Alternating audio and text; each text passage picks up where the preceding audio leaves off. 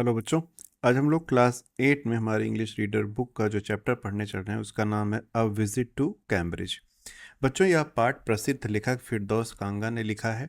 इसके लेखक की मुलाकात विश्व प्रसिद्ध वैज्ञानिक स्टीफन हॉकिंस से होती है। दोनों ही शारीरिक रूप से दिव्यांग थे, लेकिन उन्होंने अपनी कमजोरी को कभी अपनी सफलता के रास्ते में नहीं आने दिया। लेखक जब इंग्लैंड के कैम्ब्रिज शहर की यात्रा पर जाते हैं तो उन्हें पता चलता है कि महान वैज्ञानिक स्टीफन हॉकिंस वहीं रहते हैं।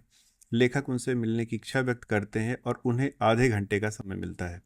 स्टीफन हॉकिंस एक महान खगोल भौतिक वैज्ञानिक थे। वे एक गंभीर बीमारी के कारण लगभग पूरी तरह लकवाग्रस्त थे।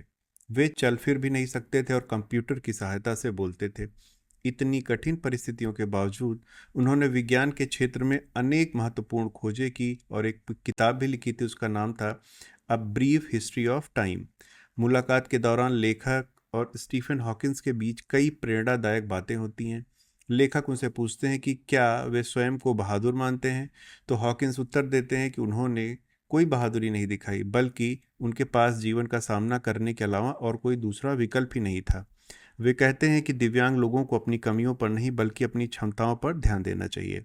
इस मुलाकात से लेखक बहुत प्रेरित होते हैं। उन्हें महसूस होता है कि यदि मनुष्य आत्मविश्वास, दृढ़ निश्चय और सकारात्मक सोच रखे तो वह किसी भी कठिनाई को पार कर सकता है। इस पाठ से हमें शिक्षा मिलती है बच्चों की शारीरिक कमजोरी कभी भी सफलता में बाधा नहीं बनती। हमें अपनी कमियों के बजाय अपनी प्रतिभा और क्षमताओं पर ध्यान देना चाहिए। कठिन परिस्थितियों में भी हिम्मत नहीं हारनी चाहिए और आत्मविश्वास के साथ अपने लक्ष्य की ओर बढ़ना चाहिए। तो चलिए स्टार्ट करते हैं इसके क्वेश्चन आंसर को। कॉम्प्रिहेंशन क्वेश्चंस में सब है आंसर द फॉलोइंग क्वेश्चंस। पहला क्वेश्चन है name the book written by Stephen Hawkins. तो स्टीफन हॉकिंस द्वारा जो पुस्तक लिखी गई थी उसका नाम क्या है? तो पुस्तक का नाम था A Brief History of Time. Next question है what makes the differently abled people stronger according to the author. तो ऑथर के अनुसार दिव्यांग लोगों को क्या चीज़ ज़्यादा मजबूत बनाती है? तो seeing another differently abled person achieving something great makes them stronger and inspires to believe that they too can achieve success. तो उनके अनुसार जब वो देखते हैं किसी और दिव्यांग व्यक्ति को कि वो अपने जीवन में कुछ अच्छा कर रहा है तो वो उन्हें इंस्पायर भी करता है और उन्हें स्ट्रॉन्गर बनाता है। आगे है what is the scientist message for the disabled. तो जो दिव्यांग हैं उनके लिए साइंटिस्ट ने क्या संदेश दिया? तो Stephen Hawkins message is that disabled people should concentrate on what they are good at and make the best use of their abilities. तो उनके अनुसार जो दिव्यांग लोग हैं उनको अपनी जो जिस चीज़ में वो अच्छे हैं उस पर काम करना चाहिए। फिर अगला है the writer expresses is gratitude to Stephen Hawkins. What is the gratitude for?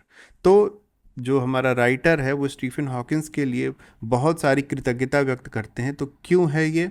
The writer is grateful to Stephen Hawkins. तो राइटर जो है उनके लिए वो धन्यवाद व्यक्त करते हैं। फॉर इंस्पायरिंग हिम, उन्हें प्रेरणा देने के लिए। विद हिज करेज, अपने जो साहस है उसके साथ प्रेरणा देने के लिए। डिटर्मिनेशन, दृढ़ता। पॉजिटिव एटीट्यूड, सकारात्मक सोच। अचीवमेंट, अपने जो उपलब्धियां हैं उनसे। डिस्पाइट हिज सीवियर डिसेबिलिटी, अपने बहुत सारी डिसेबिलिटी के बावजूद। अगला है वर्ड पावर में choose the words from the box which can be substituted for given sentence. तो पूरे सेंटेंस के लिए कोई एक शब्द यूज करना है।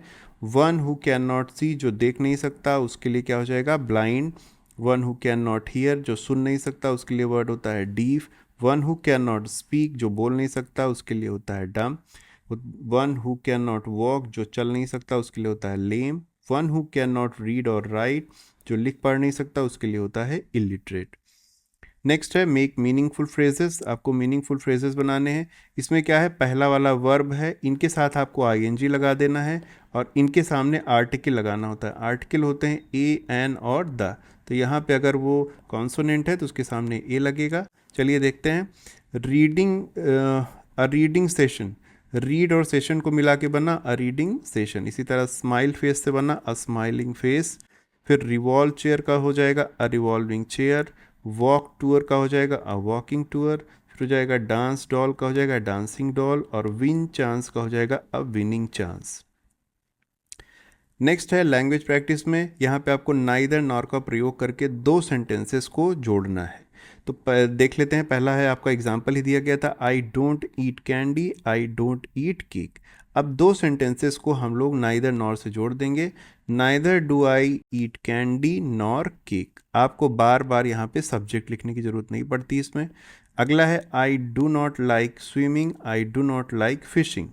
तो क्या हो जाएगा, neither do I like swimming nor fishing.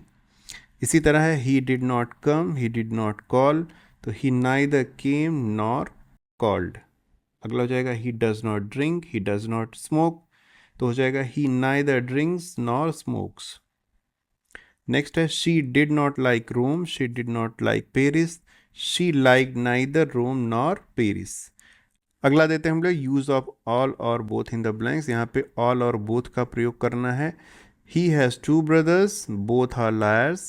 More than 10 persons called, all of them wanted to see you. They all cheered the team. Both her parents are teachers. How much have you got? Give me all of it. Next है, use of let's and let's. Let's का प्रयोग तब होता है जब किसी चीज़ को आदमी को परमिट करना हो, मतलब उसे छूट देनी हो कि आप ये कर सकते हो। और लेट्स का मतलब होता है लेट अस। लेट अस को शॉर्ट करके लिखा जाता है लेट्स। तो अगर कोई चीज़ इस तरह से कहनी हो कि चलो करते हैं, तो वहाँ पे हम लोग लेट्स का प्रयोग करते हैं। जैसे his mother let's him watch TV till midnight. तो उसकी माँ उसे आधी रात तक टीवी देखने के लिए अलाउ कर देती है, मतलब परमिट कर देती है। यहाँ है, let's hope for the best. तो लेट्स होप मतलब चलो आशा करते हैं कि अच्छा ही हो। फिर है, let's see what is on the menu. चलो देखते हैं कि मेन्यू में क्या है। The teacher let's the children play. अब यहाँ पे जो टीचर हैं वो अलाउ करते हैं बच्चों को खेलने के लिए। He lets his dog go out. वो अपने डॉग को अलाउ करता है बाहर जाने के लिए। लेट्स गो फिशिंग, चलो चलते हैं मछली पकड़ने के लिए। तो इस तरह से बच्चों हमारा ये चैप्टर समाप्त होता है। आपको हेल्पफुल लगा हो तो चैनल को सब्सक्राइब जरूर कर लीजिए, जिससे आगे के चैप्टर भी आपको आसानी से मिल जाएं। अगले वीडियो में हम लोग फिर मिलेंगे, तब तक अपना ध्यान रखिए।